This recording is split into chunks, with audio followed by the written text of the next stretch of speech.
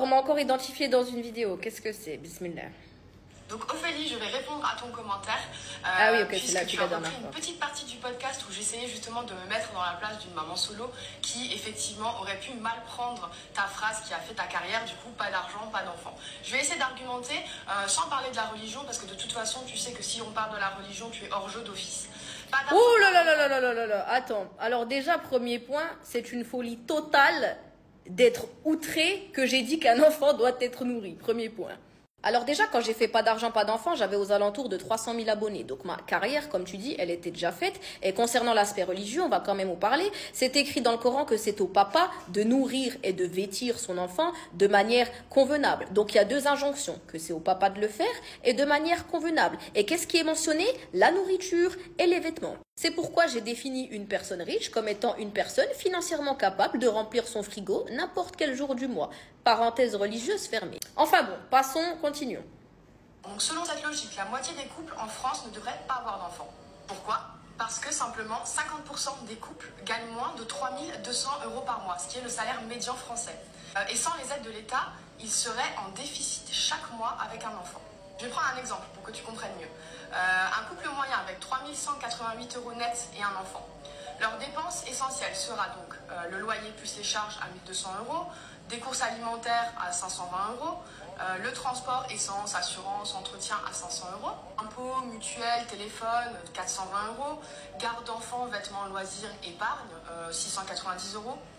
Le total fait 3 330 €. Je t'épargne l'addition, ça fera un total de 3 330 €. Donc un déficit. Mais excuse-moi, Jimmy Neutron, j'ai jamais parlé de salaire, hein. Mais pourquoi vous inventez des trucs que j'ai pas dit, subhanallah? Que tu touches 1500, 3000, 6000, ce que tu veux, moi j'ai dit la condition sine qua non pour vouloir faire un enfant, c'est que tu sois apte à remplir le frigo n'importe quel jour du mois, qu'on soit le 3, le 8, le 25. Enfin bref, continuons. Tu as commenté péjorativement ta vidéo en disant que les aides sociales ne faisaient pas partie de la subsistance. Je vais te prouver le contraire. Les allocations familiales, la prime à la naissance ou CMG, APL ou avantages fiscaux sont en général à plus 625 € sur le budget moyen. Donc, Ok, attends, ok. Déjà, les aides sociales, on va faire une parenthèse minime, rapide, furtive sur la religion, d'accord? Les aides sociales, il y a déjà divergence même sur le fait qu'elles soient autorisées, d'accord? Parenthèse fermée, on va pas s'attarder sur ça. Les aides sociales sont soumises à des conditions. Or, on sait très bien que la majorité des gens en France fraudent, car ils ne déclarent pas ce qu'ils touchent pour justement toucher ces aides sociales. Tu le sais, je le sais, l'État français le sait, le Seigneur de l'univers le sait. Mais allez, partons du principe qu'on parle d'un couple 100% honnête qui déclare ses revenus, ils ont le droit à des aides sociales, etc. D'accord? Donc la femme, elle est enceinte, il y a un mari ou non.